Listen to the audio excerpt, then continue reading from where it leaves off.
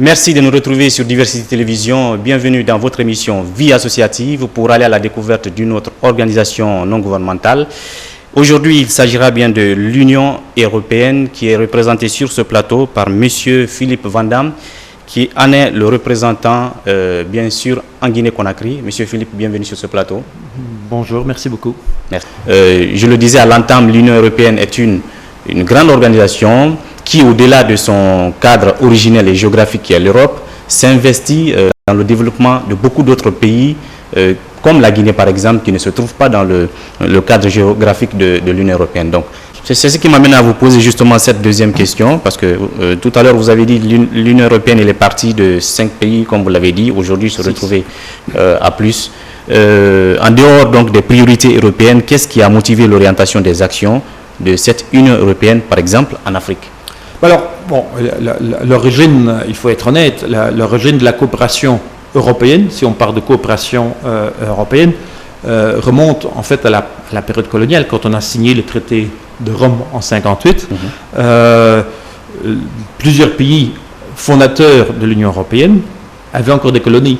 La Belgique avait le Congo belge, la France avait bien sûr l'Afrique française. Et donc, il a paru naturel à l'époque, effectivement, que d'intégrer ces colonies, anciennes colonies et territoires d'outre-mer, ultérieurement, dans cet effort d'intégration. Et donc, on a, dès le départ, créé, à partir de 1959, déjà, un fonds européen de développement. Voilà. Qu'on appelle le FED. Qu'on appelle maintenant le FED, qui est donc connu sous le FED, et qui est donc un fonds pour, effectivement, appuyer les territoires d'outre-mer. Ensuite, bien sûr, c'est devenu une aide aux pays indépendants, avec les fameux accords de Yaoundé dans un premier temps, les accords de Lomé, et finalement, donc maintenant, la convention de Cotonou. Donc c'est un partenariat qui s'est approfondi, qui s'est élargi lui aussi, un peu à l'image d'ailleurs de l'Union européenne, puisque les mandats de l'Union européenne se sont élargis.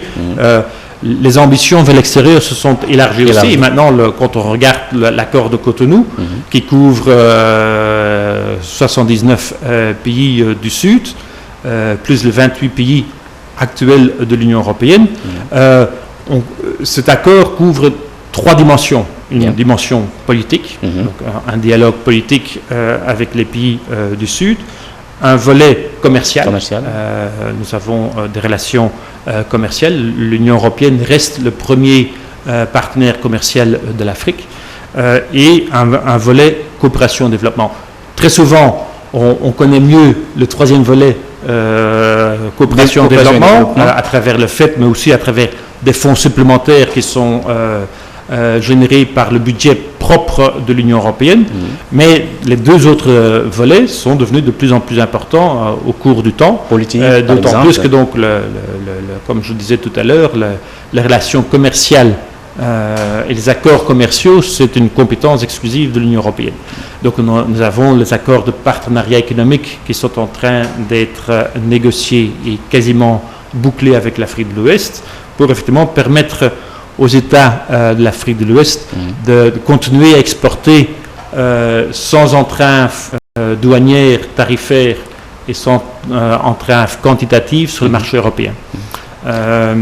Et il y a un volet politique effectivement, qui effectivement, stipule que nous avons des valeurs en commun, et ces valeurs que nous appelons des éléments essentiels de l'accord qui portent sur l'état de droit, les droits de l'homme, la démocratie, et il y a un élément fondamental aussi qui est la bonne gouvernance, sont des éléments effectivement qui nous sont chers, les 2 parties, et sur lesquels effectivement on développe un dialogue d'égal à égal pour effectivement voir effectivement comment on peut les promouvoir dans nos relations bilatérales et à travers le monde. Je veux dire, c'est pas uniquement dans le bilatéralisme, mais on est aussi dans le multilatéralisme. En parlant du troisième volet qui est coopération et développement, ce qui est, comme vous l'avez dit, beaucoup plus connu et vu par les pays africains, notamment la Guinée, où l'Union européenne s'investit énormément en termes de développement à la base. Quels sont donc les critères, que ce soit la Guinée ou globalement les pays africains, les principaux critères auxquels doivent se conformer ces pays pour que l'Union européenne continue à investir dans ces pays en termes de développement?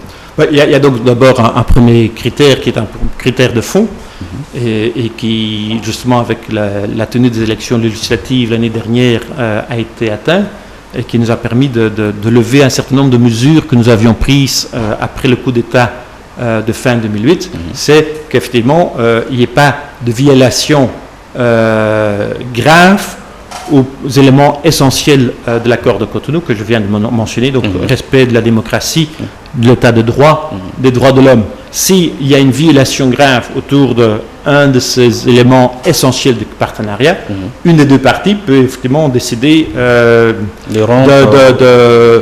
rentrer dans un dialogue et éventuellement, au bout de ce dialogue, effectivement, de prendre un certain nombre de mesures appropriées qui peuvent inclure notamment une révision d'une partie du portefeuille de la coopération. On n'a jamais, nous, avec la Guinée, suspendu entièrement la coopération. Il y a toujours une coopération d'urgence, une coopération de proximité. Au-delà de cela, il y a des critères techniques qui sont basés sur les besoins. Le niveau de pauvreté d'un pays. Il est clair que le Botswana a besoin de moins d'appui extérieur qu'un pays moins avancé.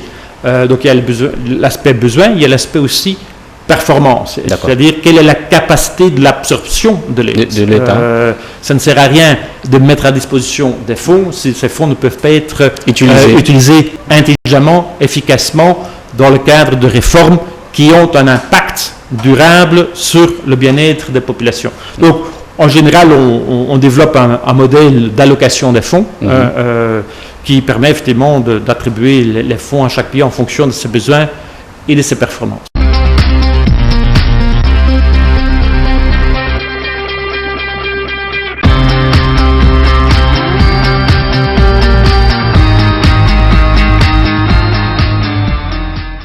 L'actualité, pour ce deuxième numéro de la semaine, on va parler de deux sujets notamment. La question de migration et la question qu'on se pose, comment cerner le phénomène de migration, vous le savez, qui affecte dangereusement le continent africain, mais aussi la jeunesse africaine et spécifiquement celle guinéenne. Vous avez suivi ces vagues de jeunes qui ont été rapatriés ici et là en Guinée et qui étaient donc s'étaient lancés dans cette aventure d'immigration.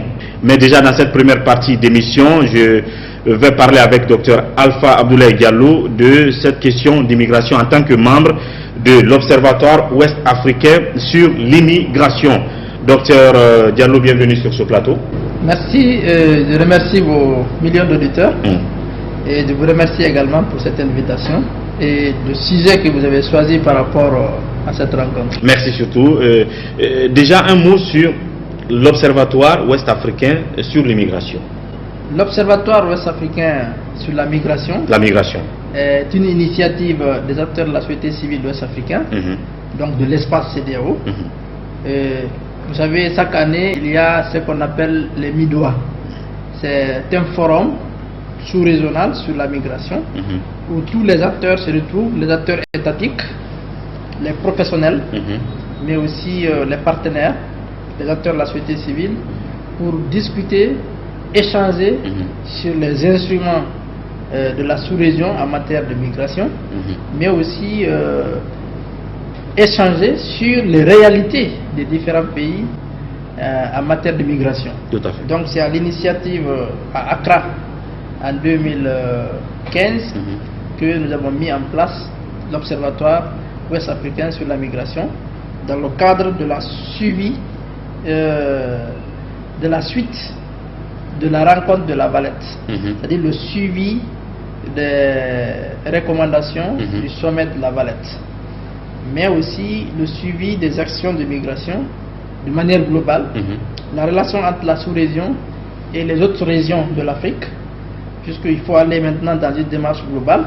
Donc, je crois que le phénomène doit être régulé et à travers des coopérations inter-États, à travers des conventions et des instruments juridiques, les conventions internationales, mais aussi les traités